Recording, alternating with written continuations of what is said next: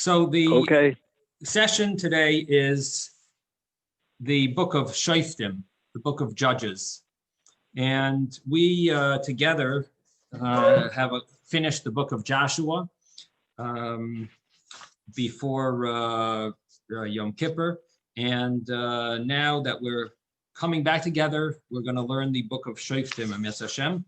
The book of Shoftim was written by the prophet Shmuel Hanavi, Samuel. And it deals with a certain time period in the history of the Jewish people. The time period is from 1245 before the Common Era until the year 890 before the Common Era. This period is called the period of Shoftim, of judges, and it leads us into the period of kings. So we are going to be discussing this time period. I think it's about 350 years. And that's really what this book of Shoftim goes through. And we're going to begin with the first verse. And the first verse, if you want to open up your books, some of you might have a full Tanakh, so you can find the book of Shoftim after the book of Joshua. If you have the full Tanakh, Shoftim comes right after Yehoshua. If you just have the book of Judges, shouldn't be too hard to figure out where the first page is. Excuse me. Yes. Did you say this is a continuing series? I thought today is the first day. I never saw the book of Joshua. Right. Today is the first day of the official program, but we did have a unofficial program going on during Corona, while we were having different classes, and we actually did a different book of the Book of Prophets. But this is the official beginning of this program, and we're starting a new book of the prophets called the Book of Shoftim. It's part of the Nevi'im, part of the prophets. And we're chapter 1, verse 1. For some reason, I'm not finding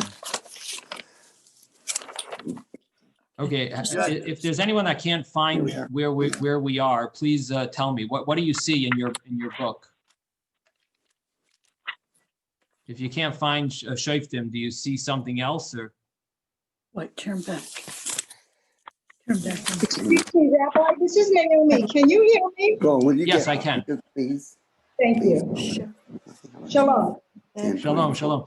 Now, I should mention that I am going to mute everyone, not because I don't want questions, simply because it's hard sometimes for people to hear if backgrounds, sometimes the noise makes it hard. So if I do mute everyone, you are welcome to unmute yourself to ask questions. Also, if you're on a telephone, you can press *6 and you will change from being muted to unmuted or being unmuted to muted. *6 is the code on a telephone to switch from mute to unmute or unmute to mute. Either way, just press the *6. So can if you're on a computer, so it's Shoftim that we're looking at? Yes. Shoftim, yes. Shoftim. You got it? Okay, everyone has it now. I should also mention that if you're on a computer, Norman, I can't hear you because you have to press unmute. Norman, I see you have a question, but I cannot hear you because, Norman, there must be a unmute button. Here, yeah, very good. Now I can hear you. Norman? Yeah, I just wanted to say, I haven't gotten my Tanakh yet. Oh, okay. If you don't have your Tanakh yet, don't worry. It's okay because we're going to read the English and you should be able to follow along just hearing it without seeing. Just seeing my beautiful face also should be perfect, should help. Okay, so verse number 1. It happened after the death of Joshua that the children of Israel inquired of Hashem, saying, who should go up for us first against the Canaanite to wage war against him? So what we're dealing with is that in the time of Joshua, the Jewish people had conquered the entire land of Israel, but they did not conquer individual neighborhoods.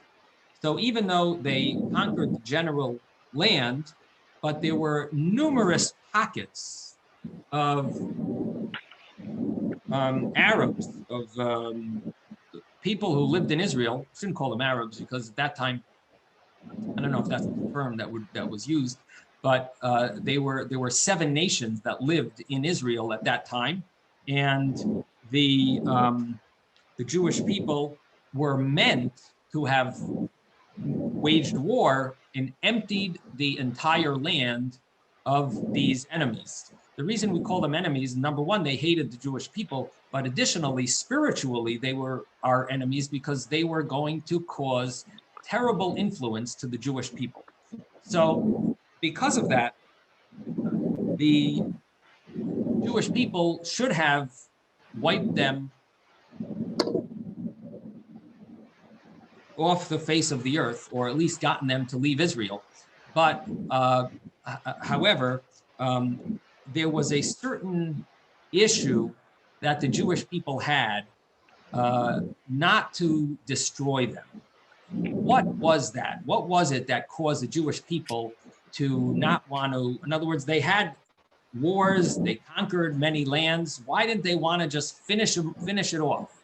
So from a halachic perspective, they may have excused themselves, even though we know Hashem wanted them to really make the land of Israel clean out the land of Israel from all the idol worship. So we know that that was the right thing to do, but logically they might have had other thoughts, such as if we empty the land out and it becomes unpopulated, then wild beasts might populate the land. So Rabbi there Smith. may have been a Rabbi Smith, yes. there's a lot of background noise. Oh, okay. Okay. Yes. Thank you for reminding me. So there obviously was a responsibility on the Jewish people's part to clean the land out of all those nations that worshiped idols. However, there may have been some logic for why the Jewish people didn't want to do that. And one of the thoughts is a verse in the Chumash, and the verse says that if everyone is if we get rid of all the inhabitants of the land, pen yirba alecha chayas hasada, lest there become abundance of wild beasts around you, and this will not be safe. And so that may have been, one of the reasons what was going on in the mind of the people. Obviously, on a simple level, they had other thoughts, and that was they were already retired from war. They had enough of it already. They had 7 years of war, 7 years of dividing up the land, and during that time it was very dangerous, very scary. They really were not did not have any interest in getting back into it. They won the main wars, and now they felt let's take it easy. Which is a common feeling in general. People like to take things easy. But the thing they should have done was to follow through. Joshua did encourage them to destroy all the nations fully, and unfortunately they didn't listen.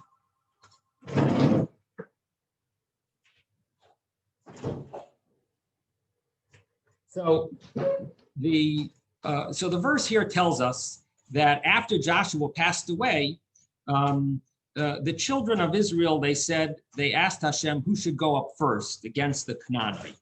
And the reason for this was the Jewish people, now that they're not fighting major wars anymore, they decided that, every tribe has their area. This tribe is in the north, that tribe is in the south, you have it in the west, in the east. Each tribe had a certain area in Israel, and some of them even had on the outskirts, on the eastern area outside of Israel, but on the border, Reuven, Gad, and half of Manasseh, those 2.5 tribes, were on the border outside of Israel on the east side. So each tribe had their border, and each tribe had pockets of these of non-Jews living within their boundaries. And the plan was that each tribe, as their population gets bigger, they will have to fight the pockets of the non-Jews that are living there.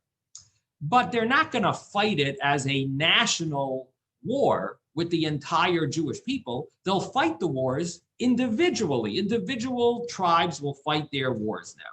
And of course, many of the wars that they fought, or all the wars they fought, they had God's help. And so ultimately, the only war that they really suffered was the war with Ai, which is in the book of Joshua. But other than that, they really had God's help. And so the tribes were going to fight these wars individually. Now, the only thing is they had one little problem, and that is that if they start on the left foot, if they fail the first war after Joshua died, this is going to be a very awful beginning. In other words, it's going to make a statement that in Joshua's time, when Joshua was around, the Jewish people were successful. Joshua passed away. God is no longer with the Jewish people. And so the tribes realize this is a very serious opportunity, that if they win this war, it's going to make a huge statement for their success. If they fail, then it's also going to make a huge statement about their failure and about the future. And so they wanted to make sure to do the right thing. And so they asked who should go up first to wage war against the Canaanite. Who should be the first one? Joshua just passed away. The nations of the world are looking, the nations of Israel that lived in Israel, the 7 nations, they're looking up to the Jewish people saying, aha, their leader just passed away. They don't have the merit of their leader. And let's see what happens in the next war. They're really looking forward to see, what happens, because this is it's really an opportune time. It's a very important time, pivotal moment. And so the Jewish people asked the Urim V'Tumim. Now, what is the Urim V'Tumim? So how do you ask Hashem when you have a question? So in Yehoshua's time, they could have asked Yehoshua. Yehoshua was actually considered a prophet, and they could have asked Yehoshua. And sometimes Hashem revealed to the prophet even before the Jewish people asked. So that would have been nice. However, they didn't merit that type of revelation at this time. And therefore, they're going to ask the question to Hashem through the Kohen Gadol, the high priest. So there was a high priest at the time. Of course, the Jewish people still had they have the Mishkan, and the Mishkan in Shiloh. And so the Jewish people are going to ask the high priest how to continue, how to fight the next war. And they asked the high priest, and the high priest's, the way it was done is that Pinchas, who was the high priest, he would enter the tabernacle and he would ask his question inside the tabernacle. And the answer to his question would pop up on his breastplate, because the Kohen Gadol had a breastplate that had many letters on it. It had all the names of the tribes. And so he would ask a question: which tribe should go first to war? And the tribe that was meant to go first to war, that tribe's letters would light up. So again, the Kohen Gadol, the high priest, he had a breastplate, and it had the letters of all the tribes inscribed on it. and those letters would light up whichever tribe was meant. And in this case, not only did the letters of that tribe light up, but it said the term Ya'aleh, Yehuda Ya'aleh. And let's read that inside in the next verse. And Hashem said, Judah should go up. Behold, I have delivered the land into his hand. And so the answer to the question was Judah. Now, what is special about Judah? Why was Judah chosen to be the one to lead the first war after Joshua's death to conquer the land of Israel? So we know that Yehuda had a number of merits. Number one is he led Judah was the one who led all the tribes in the desert. His flag was always in the front, it traveled in the front. We also know that when it came to the splitting of the sea, Yehuda jumped in first. Nachshon, the son of Aminadav, he was the one who caused the sea to split. He was from the tribe of Judah. And so Judah, now I must tell you that some of you in my audience might be from the tribe of Judah. There are many people that that are part of that are from the tribe of Judah that are around. We know the Maharal of Prague. I spoke about this morning. The Maharal of Prague was from Yehuda. Anyone who's a descendant of the Maharal of Prague is from the tribe of Judah. Was he older? Say that again. Was he the oldest of the Shvatim? I forgot. No. Reuben was the oldest. Reuben. Yehuda was the fourth. Okay, Reuben, Shimon, Levi, Yehuda. And so Yehuda jumped into the sea first, and the sea split. Yehuda also brought the first sacrifice in the tabernacle. So we read on Hanukkah, the reading is of the sacrifices when they inaugurated the tabernacle in the desert. And the reading that we read about those sacrifices. So the first day was Nachshon ben Aminadav from the tribe of Judah. Each tribe was given a day. When they inaugurated the tabernacle, each tribe was given a day that would be their holiday. And the tribe of Judah was the first day from the inauguration, the first day of Nisan. From the Rosh Chodesh Nisan, the first day of Nisan, until the 12th day of Nisan, each tribe was given a day to inaugurate the tabernacle, and the first tribe was Yehuda. And we know that Mashiach comes from Yehuda. So Yehuda definitely has a certain unique element of merit. We know that Yehuda was the one in the Bible, in the Chumash, who admitted his sin when he admitted that he was wrong. He had initially judged Tamar that she deserved the death penalty, and she did not want to embarrass him, so she just threw a hint to him that he's wrong, but she didn't tell him because she didn't want to embarrass him. She was on her way to be executed, and Yehuda was the one who admitted his mistake, even though he could have let it go and no one would have known, but he admitted his mistake, and Yehuda therefore has that great merit of admitting his mistake, being a certain level of humility. And God gave Yehuda the merit of all the kings came from the tribe of Judah. So here we have the verse telling us that Hashem had decided that Yehuda should go up, Yehuda Ya'aleh. And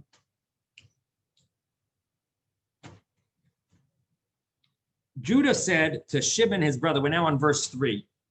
And Judah now said that Yehuda should,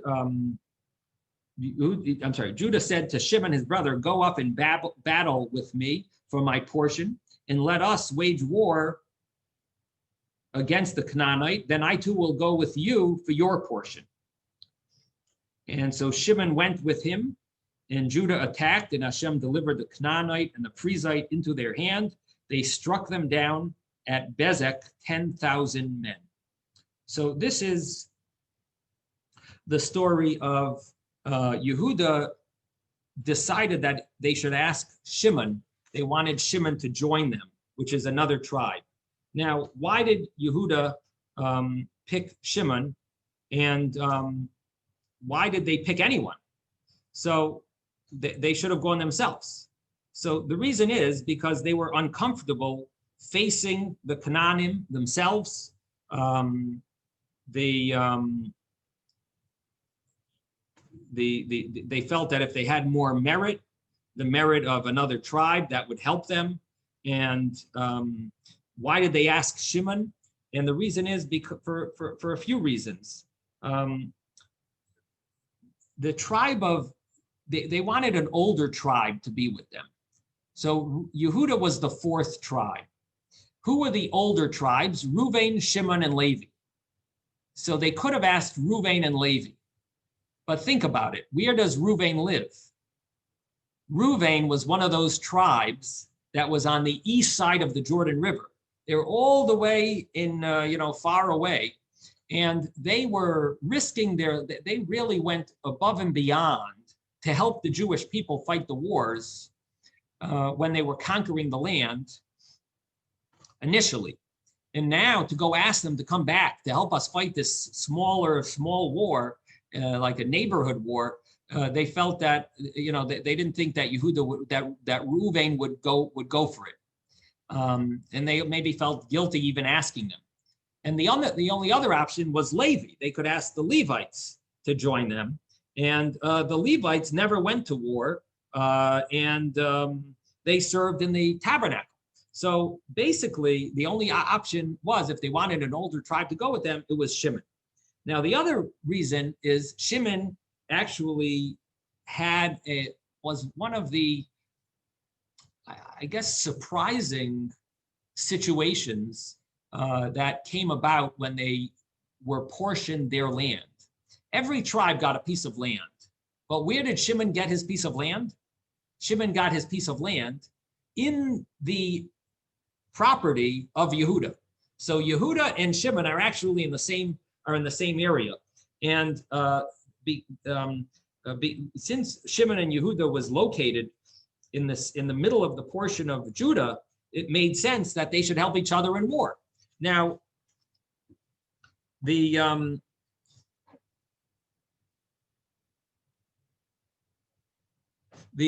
verse tells us that they struck down and they successfully won over the Canaanite, which basically means that God had helped them in a tremendous way. I should mention something from the Maharal. The Maharal, who was a great mystic, he tells us a beautiful insight. He says, the tribes of the Jewish people are like limbs. And limbs make up the body, make up one organism. And Judah is the head of the body. Each tribe made up a certain limb of the body. And Yehuda made up the head.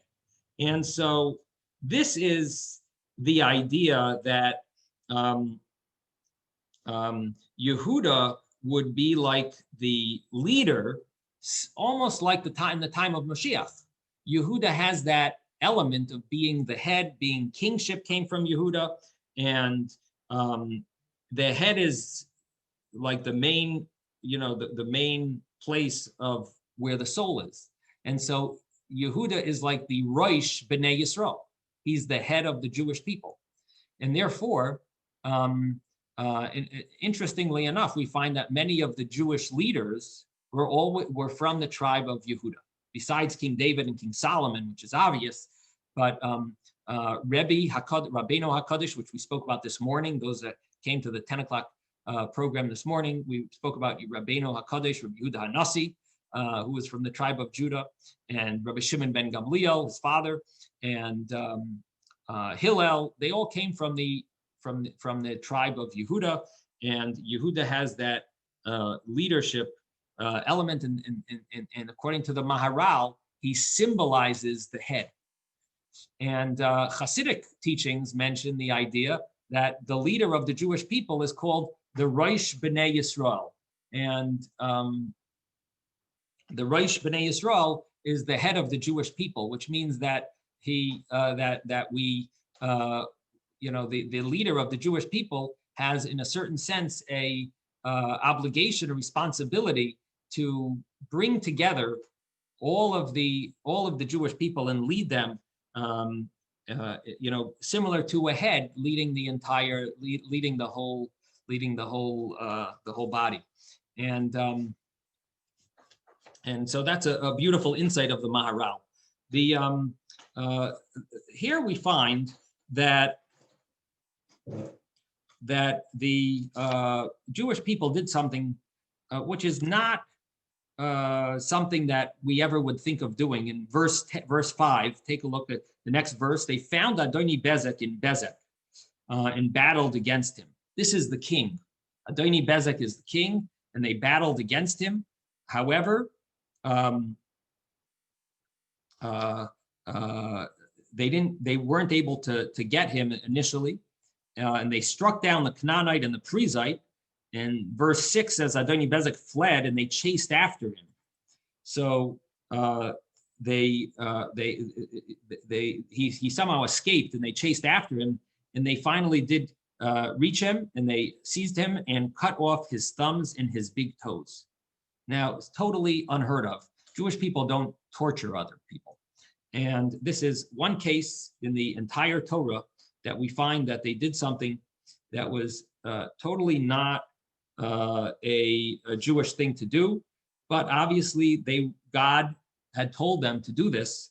And as we see right afterwards, Adoni Bezek said, 70 kings with their thumbs and big toes cut off used to glean under my table. As I did, so God requited me. They brought him to Jerusalem and he died there. And so what we see here is something very interesting, that Adoni Bezek, he acknowledged and admitted his sin. He admitted that he had done this to many other kings. How many other kings? 70. And what we see also is that the Jewish people did not kill him. They let him live. He confessed his sin. He accepted the judgment upon himself. They let him live. And according to one opinion, according to the Malbim, it says he died a natural death. That means that he lived. He had his punishment. Now he was able to live to whatever extent.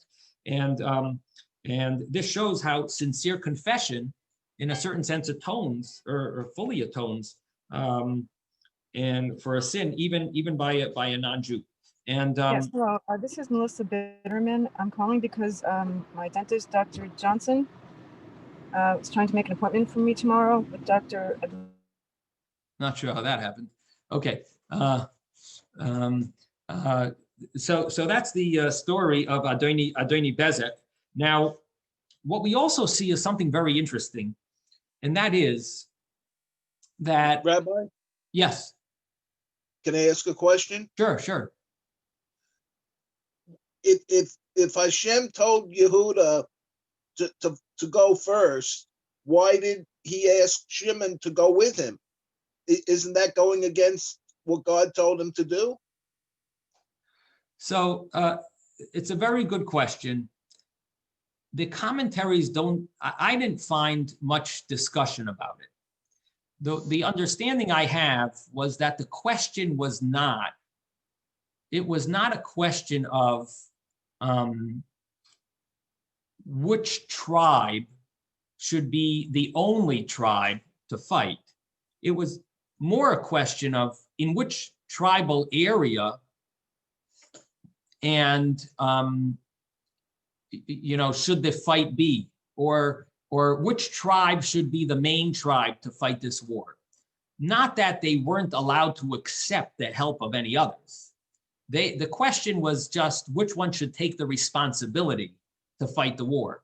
Not that they weren't going to be allowed to accept the help of others. In other words, the reason why the tribes did not help the other tribes during these wars that we're going to read about, why didn't all the tribes join together, was because they all felt there wasn't a necessity that everyone should join to fight these smaller wars. So when Hashem said Yehuda should be the first one, it didn't mean to exclude everyone, that no one else is allowed to fight. It just meant that Yehuda should take that responsibility on their shoulders to be the first. That's the understanding I have. Of course, if anyone else has any other thoughts, I'd love to hear from all of you. So that's the understanding, at least so far. Maybe we'll come to more insight later. But the point I wanted to bring out was that this city was a small city. We already spoke in the book of Joshua about 31 kings. This king was not mentioned there. Bezek, Adoni Bezek, it was not mentioned there. So here we're talking about what you would call maybe more like a neighborhood, a small area, and yet this king had conquered 70 other kings, and had mutilated them in his cruel way. And what we see from this is that how powerful must have those other 31 kings really been, because this is a king that we're almost not even, we're not even considering like a major city. It wasn't some major king, and yet he had conquered 70 other kings. So we must be, when we talk about the conquering of the Jewish people of the 31 kings that is in the book of Joshua, you're talking about major miracles that this small nation was able to conquer huge, powerful kings that lived in the land of Israel. Okay, so now we've read about the war with Rabbi Smith. I'm sorry? Rabbi Smith. Yes. David Alensky. Just quickly, I'm seeing over here in Mayam Loez that it answers this question of why Yehuda was able to say to his brother Shimon, even though Hashem didn't tell him. Yes, so please tell us. It says you partially touched on it before, that because the portion of land of Shimon was actually within that of Yehuda, therefore it was Yehuda said, I'll have to drive out the Canaanites from the territory of Shimon anyway. Their land is within my land. If I'm to secure my own territory, I got to protect Shimon's territory, which is inside mine. Is it right that it's only right that he should help me? Why should he sit safely home while I fight for his land? Like you know what I'm saying? He's saying Shimon is within his land, and therefore, if he's going to protect his own land, he's going to end up protecting Shimon's land also. It's only right that Shimon should help him. So it's a very good point, and you added something that I don't think I mentioned fully. So I think that's great. I don't know if it answers the question perfectly, and I'll tell you why. I think it answers one point of it, one aspect. But the question really was, if Hashem told him, "You go up," how could Yehuda then go and take Shimon? And the answer is that Shimon is in his property. Doesn't really answer that. Why did he go against Hashem's word? On the other hand, it does give us a better explanation of why Shimon should really help Yehuda. Not only is he in his property, but you added a great point that he is benefiting from it. He's benefiting greatly by getting rid of these enemies. We won't have to worry about the enemy attacks. So that's a very, very good point. Thank you so much for adding that. Can I add another short thing? Yes, I'm sorry. This is maybe this is answering the question. It says that Shimon didn't get a blessing from Moshe because of the whole story with Zimri. Right. And therefore, even though he didn't get blessed by Moshe, Shimon, he was included within the blessing of Yehuda. because when Yehuda said, because it said, may Hashem listen to the voice of Yehuda. The word listen is shema, which is a hint to Shimon. Right. As long as Shimon stayed with Yehuda and they fought side by side, then they would be both blessed. So Shimon wanted to make sure that he was blessed by helping Yehuda because he wasn't giving a direct blessing by Moshe. He was giving an indirect blessing that was included with Yehuda's. So therefore, the bond between these two tribes was very, very strong because they were closely dependent on each other, the existence of one to the other. I'm done now. No, David, speak as much as you want. That's such a beautiful insight. Rashi brings it down in Chumash when it says, Shema Hashem Koil Yehuda, listen Hashem to the voice of Judah. So Rashi over there brings this Me'amloyes, that's the same medrash that Kan Ramaz Loi HaKadosh Baruch Hu. Here Hashem hinted the blessing to Shimon amongst the blessings to Yehuda. The only thing is, again, I must argue with you that it doesn't fully answer the question. And you're welcome to come up with a third answer, but let me tell you why I would argue with you. Because if Hashem told him, I want you, I don't know if Yehuda can say, you know what? Shimon needs blessing, and when he helps me, he gets blessing. I'm going to let him join. If Hashem told Yehuda, you come up, I don't know if it's right for Yehuda to say, you know, Shimon, you need a blessing. Come join me. You'll get blessed, this and that.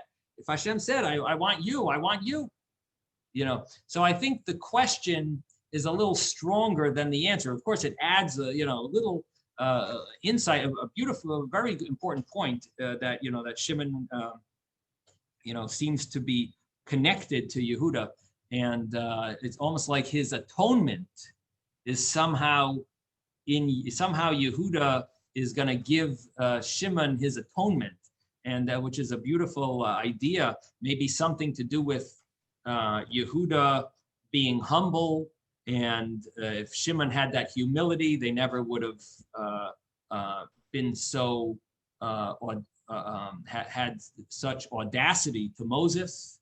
So maybe somehow there's some connection there. Maybe they wouldn't have had that chutzpah to Shimon wouldn't have been so rough on Joseph. So there definitely was, some connection, some strong connection with Shimon and Yehuda. And the only thought that I have that maybe what you could, if you really want to make that the answer fit, if you could somehow say that Shimon is Yehuda, then you could maybe push the answer through.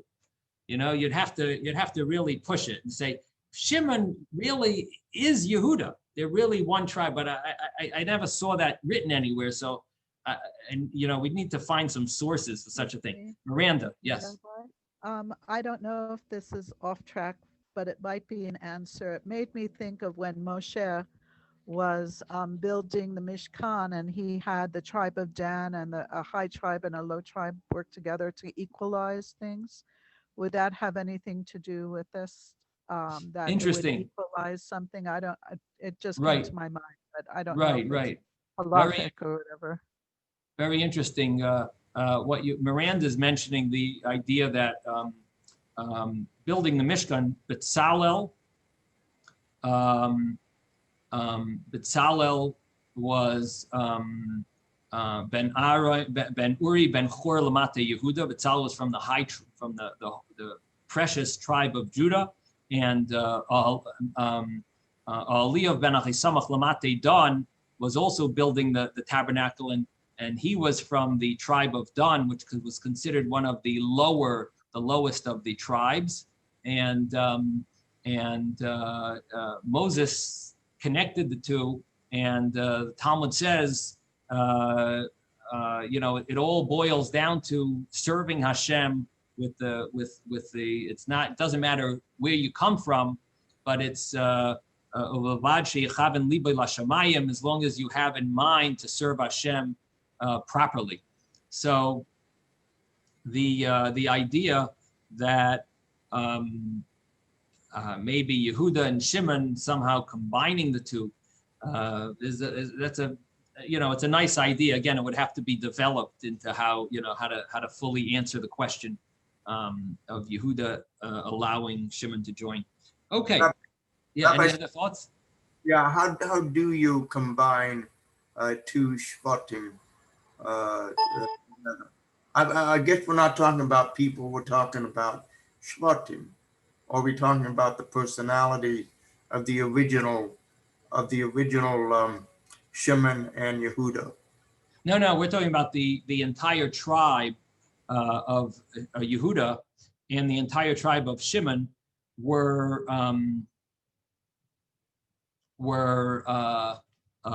living in the same area. In other words, Shimon was based inside the property, the tribe of Shimon. But again, Shimon had passed away long ago, and Yehuda passed away long ago. But it's their tribe was together, and then when it came to war, it's the warriors of the tribe of Shimon helped out, the warriors of the tribe of Yehuda. Yeah, does that answer your question, Jerry? Yeah. Okay. So now we're continuing. I'm sorry. I just saw one more thing. If you want to hear something fast, it sure. says of all the tribes, Shimon is called the brother of Yehuda. It says, in the pasuk, it says he said to his brother Shimon. Why? Because both of them were sons of Leah, and of the 4 oldest sons of Leah, Reuven had already received a portion on the other side of the Jordan. Levi didn't receive any portion. That only left Shimon and Yehuda.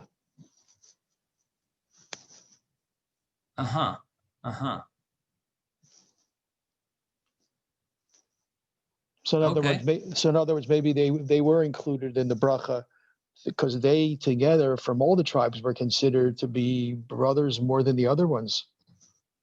Because of this, from all those brothers of Leah, only Shimon and Yehuda were the ones that had portions of land that would be contested. That's why he says, "Comes up with me in my portion, and we'll fight the Canaan." I guess Reuven already received his portion on the other side of the Jordan.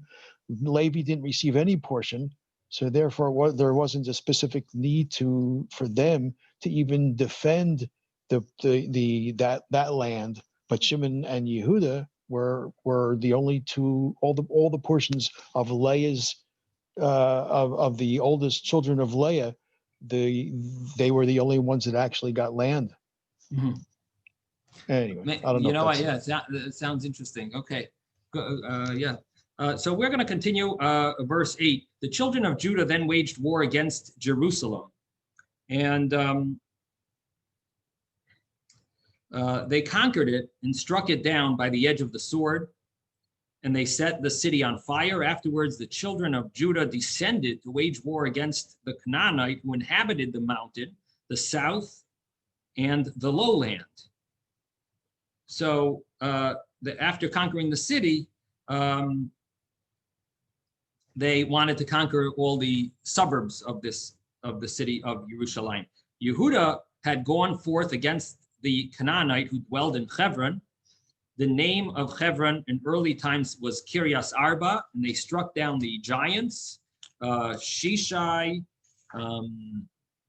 Achiman, and Talmai. And from there, they went to fight against the inhabitants of Devir.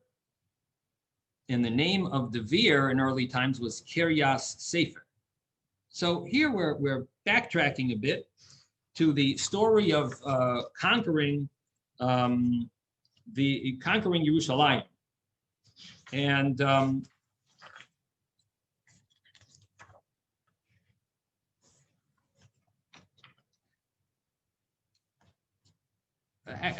actually, let's continue a little, and then I want to talk a little about this conquering of Yerushalayim. So Kalev said, whoever smites Kiryas Sefer and conquers it, I shall give him my daughter Achsa as a wife. And I don't know how many people do things like that nowadays. Make these offers whoever conquers this place, I will give my daughter as a wife. But Kalev, I guess, was Kalev was a very holy person, and I guess he foresaw that whoever had the merit to conquer this land must be a righteous person. And so Osniel ben Kenaz, who was a relative, a close relative, Kalev's younger brother, he wasn't an actual brother, he was a stepbrother. He conquered it. And so Kalev gave his daughter to Achsa as a wife. When she came to Osniel, she urged him to let her ask her father for a field. And then she slid off the donkey, and Kalev said to her, what do you want? She said to him, give me a source of blessing, for you have given me an arid land. Give me springs of water. And so Kalev gave her the upper springs and the lower springs.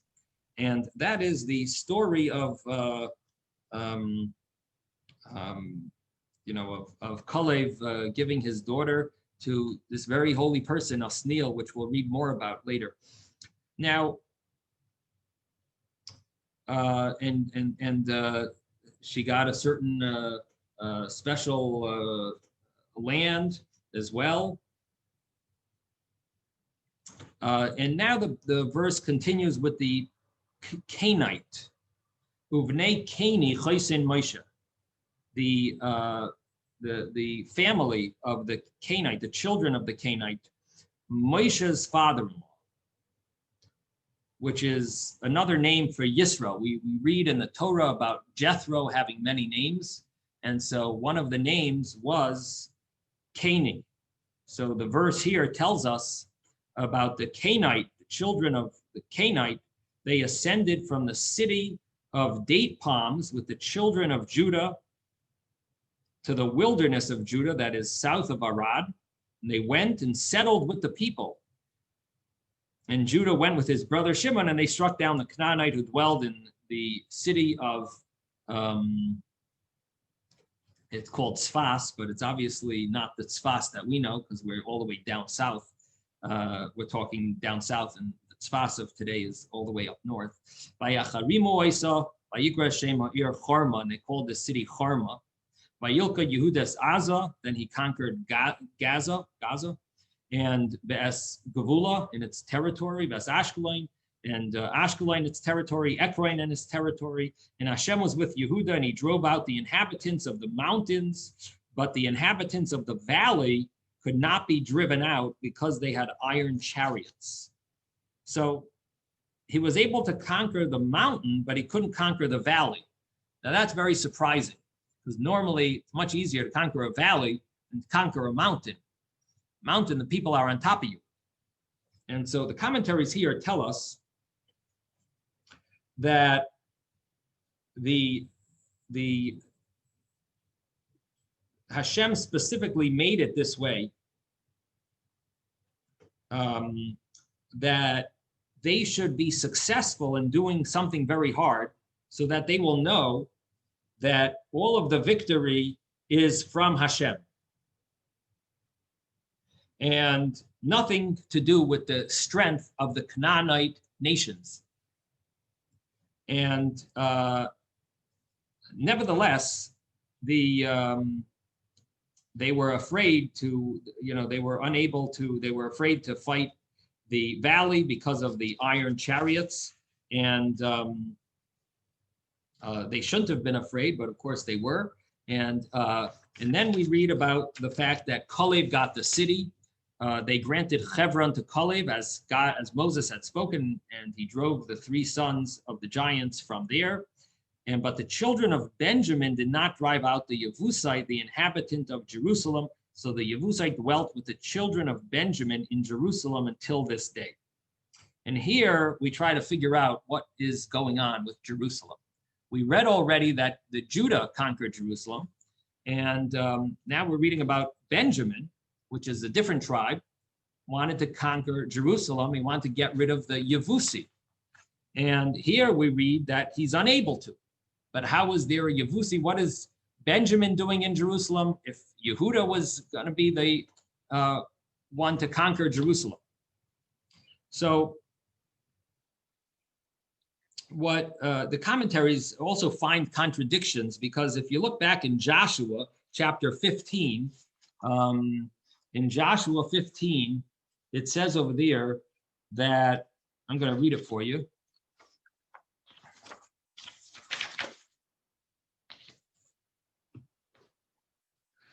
The Yevusi, the inhabitants of Jerusalem, the children of Judah were not able to drive out, and the Yevusi dwelled among the children of Judah in Jerusalem until this day. So here we have a verse that says Judah didn't really conquer the Yevusi, and earlier we were reading that Jerusalem conquered the city of Jerusalem. So the Malbim explains that most of Jerusalem was in Benjamin's area, and the rest was in the portion of Judah, which is interesting because the Talmud talks about, there's a discussion in the Talmud about the altar, that the altar was actually situated, the altar of the temple in Jerusalem was situated partially in Judah's land and partially in Benjamin's land. So that means that the line dividing Judah and Benjamin somehow was going through the temple. And in any event, the way the Malbim explains it is that most of Jerusalem was in Benjamin's area, part of it was in Judah's area. In Joshua's time, they were unsuccessful, but after Joshua passed away, Judah tried again, and he occupied their part of Jerusalem. However, and they even burned the city down. And the reason why they burned it down was because the inhabitants had rebelled against the Jews and attacked them without cause. But the army of Judah did not occupy Benjamin's share of the city, which along with the fortress remained in the possession of the Yevusites, as stated in this verse here. And the fortress was not conquered until David's time. Now, why was Benjamin not able to conquer it? And the reason is because there really was a treaty between Avimelech and Avraham. And that treaty was for 3 generations. They made a treaty that neither of them will hurt the other side. And believe it or not, Avimelech had grandchildren still alive. There must have been some merit that they had, that they lived a very, very long life, and the Jewish people could not transgress that agreement. And what we see here is how careful you have to be when you sign an agreement. Because look at this. We're hundreds of years later, and you see that the Jewish people are limited from being able to get our portion, our land, all because Abraham signed an agreement with Avimelech. And so Benjamin was not able to conquer his area because Yevusi lived there. Now, Judah, it says, conquered their area at this point. Why did they conquer their area? Yevusi also lived in Judah's area, as we saw in Joshua. In chapter 15 in Joshua, we saw that the Yevusi lived in Judah's area as well. And initially, Judah did not conquer it. So what it seems like is that initially Judah was not allowed to conquer the Yevusi part of their land because they had this treaty. But when the Yevusi started up with Judah, Judah had the right, once the document was, once the treaty was already broken from the Yevusi side, we didn't have to keep it. So they broke the treaty. We were able to burn down, the Judahites burned the city down because the Yevusi inhabitants rebelled against the Jews. They attacked us without cause. Now, Benjamin's share of the city in that area, they obviously were not attacked by the Yevusi, and therefore the Benjamins were not allowed to they were not allowed to fight back because of this treaty. And this, of course, sheds light on today's day and age when Israel makes these treaties with other nations. They have to be very careful. Look at what, giving away land to the enemies who are continuing to destroy us. And then we sort of feel obligated to keep these treaties. And it just creates huge problems when they don't keep their treaty, and yet we are sort of obligated to still keep our treaty, at least according to the way the world sees things.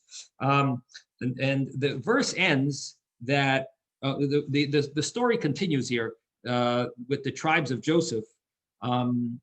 The house of Joseph went up as well to Basel, and Hashem was with them. The house of Joseph spied out Basel. The name of the city in early times was Luz. And the lookouts saw a man leaving the city, and they said to him, "Show us the approach to the city, and we will deal kindly with you." So he showed them the approach to the city, and they struck down the city by the edge of the sword. But they released the man and his entire family. The man went to the land of the Hittites, and he built a city, and he called that city Luz, because we destroyed the city of Luz here. So he built a city there, and that is its name until this day.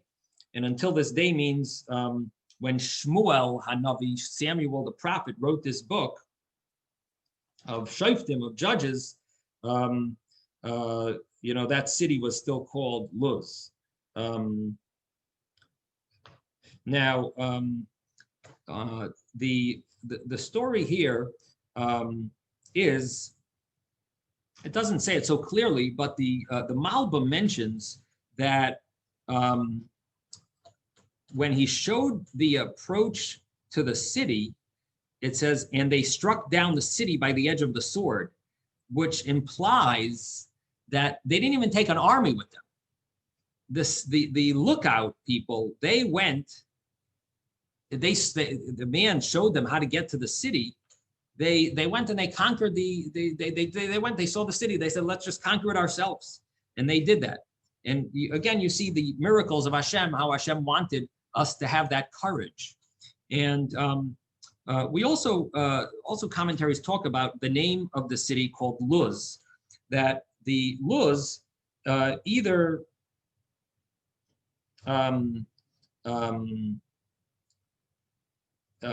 Luz means a certain type of nut. I think is it a hazelnut? Thought